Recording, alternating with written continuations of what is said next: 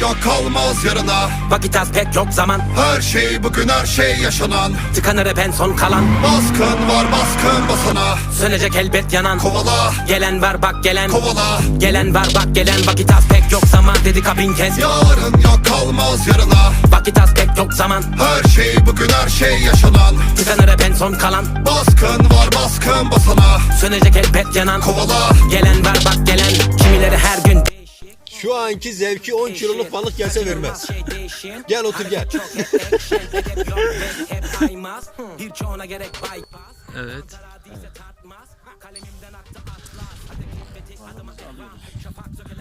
Yasin abi, bugün bereketli bir gün ha.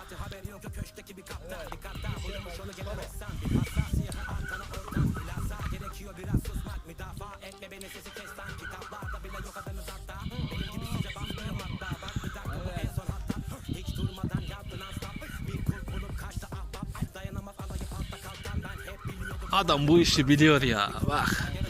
Oltayı çekişine bak. Emekli duruşu. Baba nasıl esniyor oltayla beraber. Müzik veren mi Aytunç abi? Yavaş yavaş ufak zaten.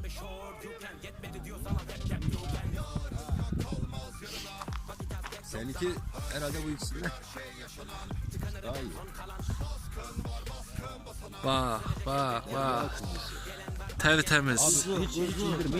Mis. Biraz aşağı kaydır. Dur. Ay senin Allah'ına. Dur abi böyle dur.